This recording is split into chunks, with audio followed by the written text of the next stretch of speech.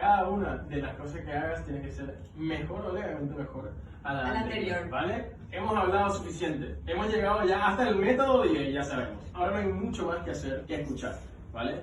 No hay mucho más que hacer que escuchar al cerebro de DJ viajar, ¿ok? Quiero que se preparen, que se agarren de algo, porque no quiero que nos demanden después si se cayeron de su silla o cualquier otra cosa. Por favor, ¿vale? Si están manejando atención, prestan atención, ¿vale? Este es DJ.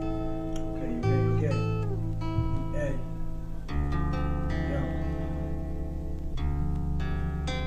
Rapeo en el barrio, en la plaza, en la tele o en la radio, en el bondi, en el estudio y arriba del escenario. Mi boca un volcán de vocabulario, la definición exacta del talento paraguayo, el papá de los gallos.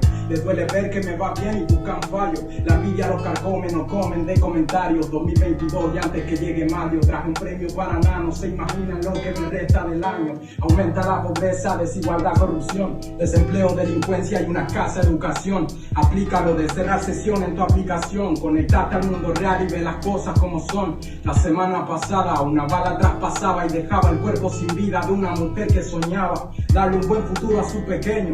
¿Dónde está mamá?, pregunta el niño, un infeliz le apago el sueño. Y la prensa ni se entera.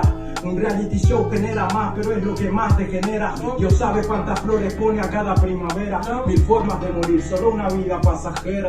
Cualquiera llama la atención con cualquier boludez. De contenido vacío está lleno el internet. Ya no me sorprende que todo esté al revés. Vivimos la versión moderna de los tiempos de Noé. Y uno decide si quiere montarse al arca. La calle te lleva a la cárcel o a la barca.